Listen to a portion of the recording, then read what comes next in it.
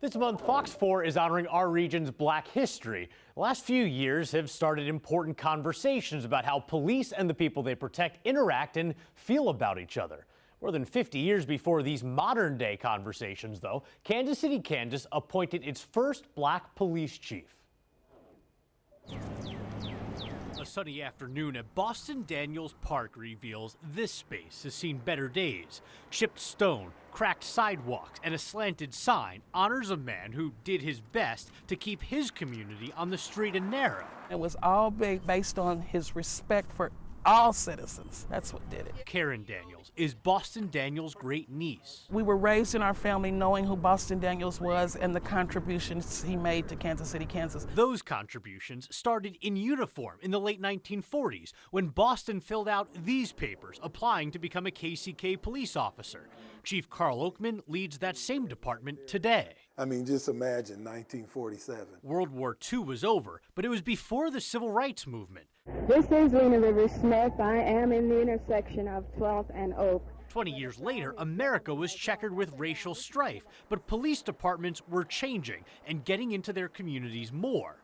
Chief Oakman says that's what Boston Daniels would have been stepping into when he started running the department. It was probably, when you look at it, you don't realize it, for a Midwestern city that was probably progressive and cutting edge in 1969 to have a Black police chief. Chief Oakman says back then, walking a beat was common, and Karen says Boston did it a lot, getting to know the people he protected. A lot of people knew who Boston Daniels was. He visited people's homes. I've heard stories about single mothers would call Boston Daniels, not scared that their child was going to be arrested, but that their child would get the help that they needed. It's basic. You want the community to know that you are there as a police officer to serve the community, not police the community. And that's what Boston Daniels kind of represented. The irony isn't lost on anyone that we're having the same conversations around policing more than a half-century later. If we can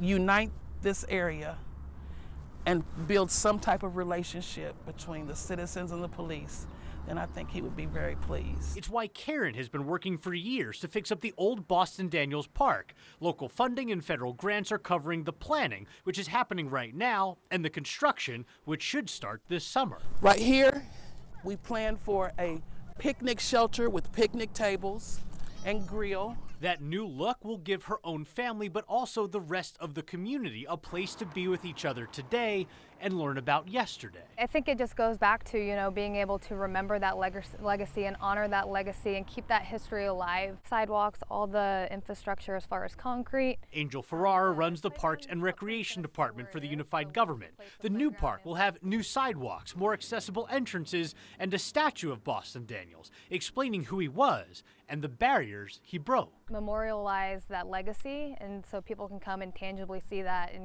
be able to really identify and put a face to a name and somebody's legacy to the community. Replacing a slanted sign with a roadmap to a better future. It's gonna be a stepping stone, not just for my children, but for generations of children to come.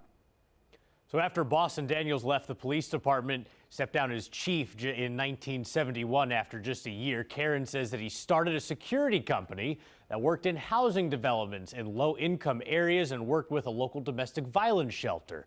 The city hopes that restoration project in the park is finished by the end of the year. So we hope you've enjoyed the stories that we've shared with you during Black History Month. Now we invite you to join us honoring our Black history, sharing our stories. Join us Sunday morning at 10:30 as we highlight the rich culture of storytelling in the Black community. Again, that's 10:30 Sunday morning as we continue to celebrate Black history right here on Fox 4.